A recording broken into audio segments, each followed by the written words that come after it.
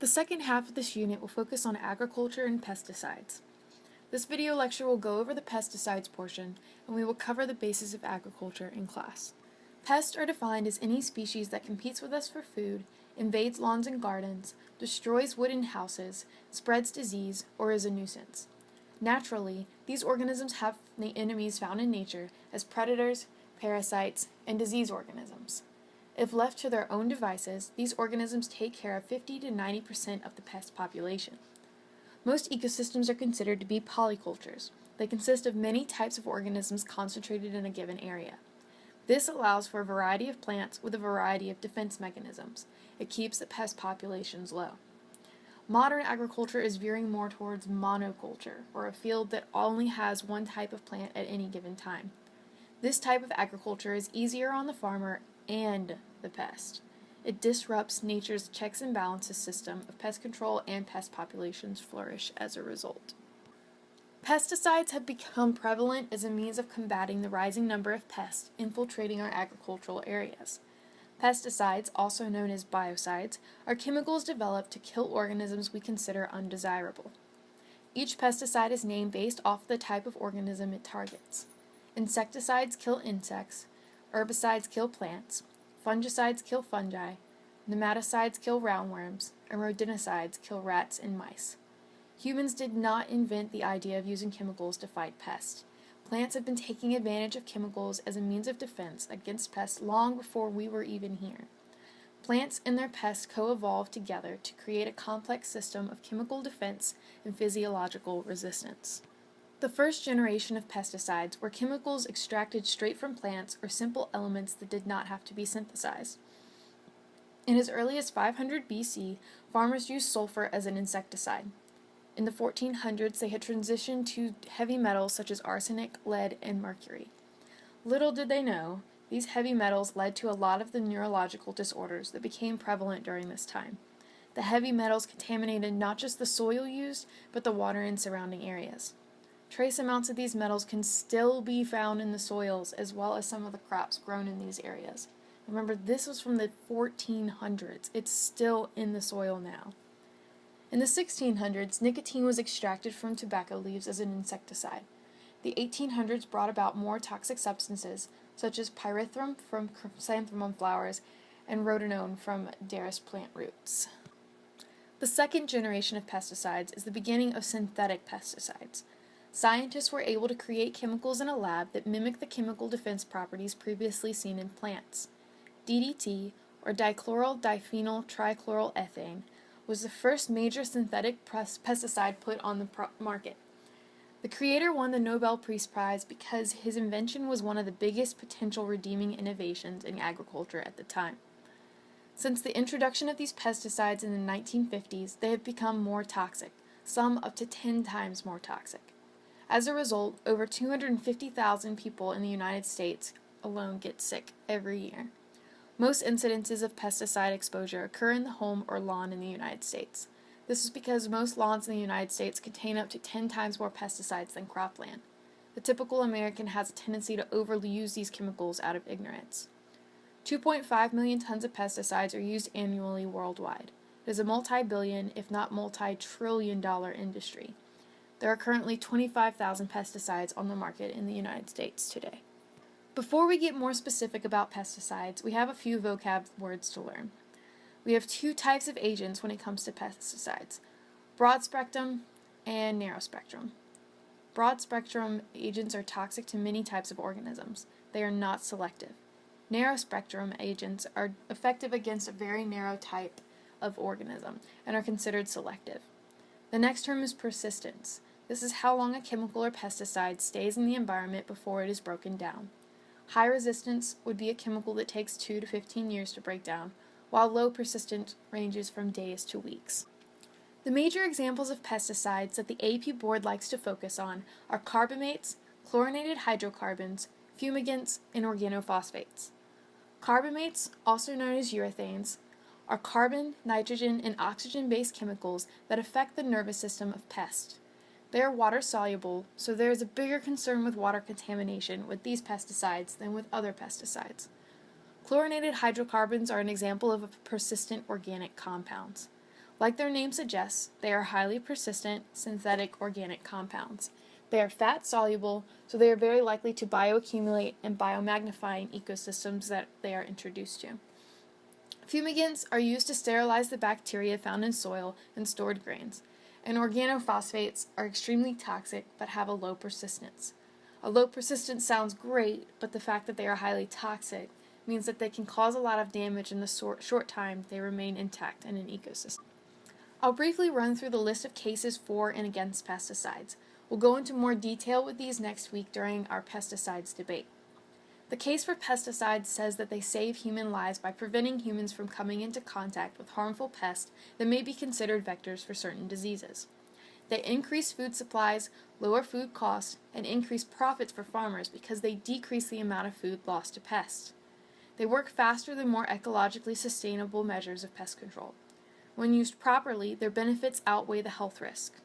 Newer pesticides are safer and more effective, and many new pesticides are used at really low doses.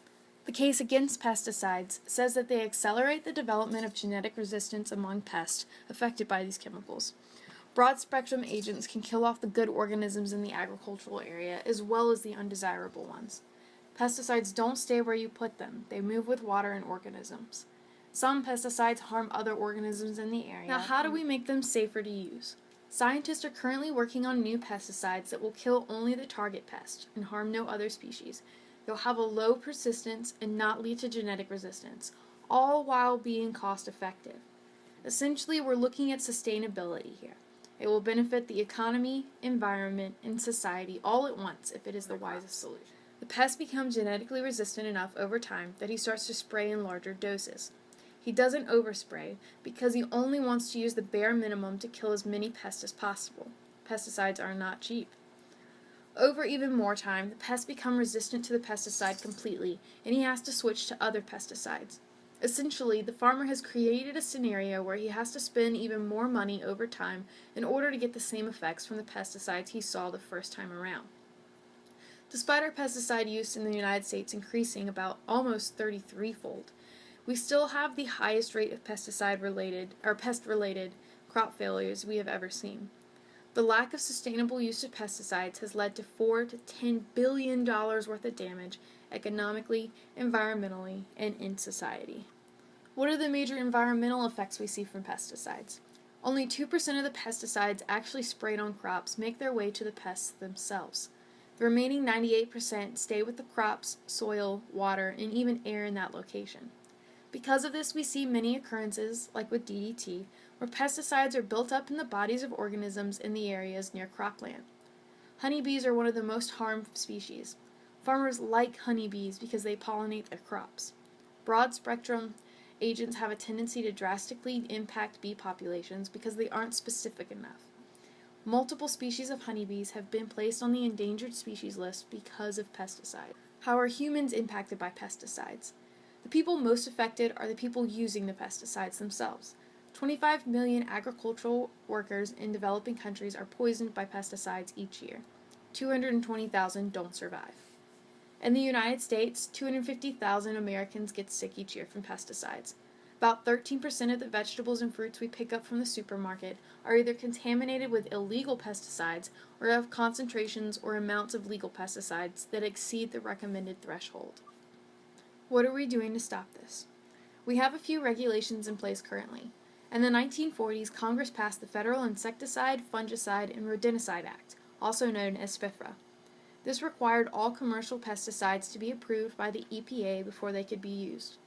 The EPA sets tolerance levels past which it is illegal to use. If a farmer is found using too much of a pesticide, then they can be fined or put on probation, meaning that they are unable to grow crops to support their family. We also have the Federal Environmental Pesticides Control Act. This was put in place to strengthen the restrictions outlined by FIFRA to require that all pesticides used in United States commerce be registered with the EPA. Overall, the EPA, FDA, and USDA have done a very poor job of maintaining these restrictions and holding people accountable for breaking them. In 1996, we passed the Food Quality Protection Act. This lowered the tolerance levels on pesticide residues to much smaller numbers to ensure the safety of infants and toddlers. This law also requires the EPA to consider exposure to multiple pesticides to prevent people from being harmed by any synergistic relationships between these chemicals.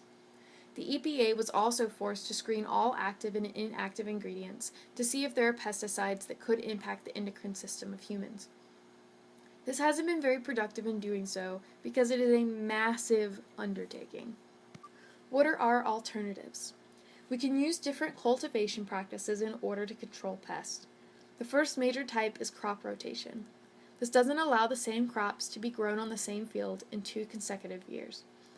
This requires any pests that survive the pesticides the first year around to either migrate or die, preventing the massive wave of genetic resistance we tend to see with pesticides.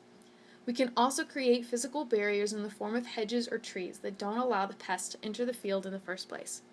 We can adjust the times of year that we plant certain crops so that we are in a different part of the pest's life cycle while the crops are growing. This way, the pest shouldn't even be an issue in the first place. Going back to the barrier idea, we can grow undesirable to the pest, trap crops that ensnare the pest before they make their way to the desired crop. We can also switch to a more polyculture-based agricultural society to bring down the pest numbers as well. What are some other alternatives to pesticide use? GMOs, or genetically modified organisms, are considered to be a highly debated topic, but there is no debate about how effective they are against pests. We can modify organisms to either release chemical deterrents of their own or plants that have a natural resistance to the pest species. Another method of pest control is biological control. This uses the natural food webs that would bring down the pest numbers naturally in the environment to help us grow crops. Here we would introduce the natural predators of the pest into the field to eliminate them. Insect birth control essentially involves taking males out of the environment, making them sterile, and releasing them back to mate with females unsuccessfully.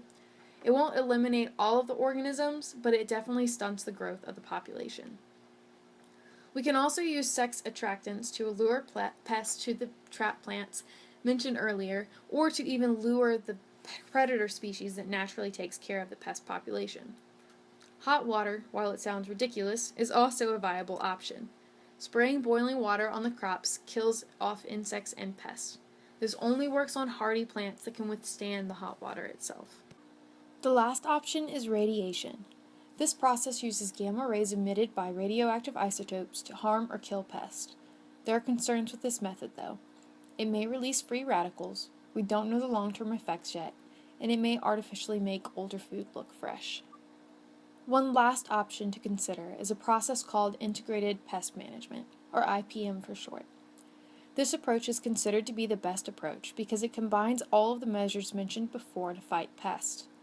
Here we mix agricultural practices along with biological and chemical agents of pest control. The downfall here is that it requires a lot of expert knowledge on all of these fields combined. It's slower acting, and the initial costs may be much higher. That's all for Chapter 20 on pesticides and pest control. Don't forget to submit your discussion post on Schoology and reply to someone else's post as well.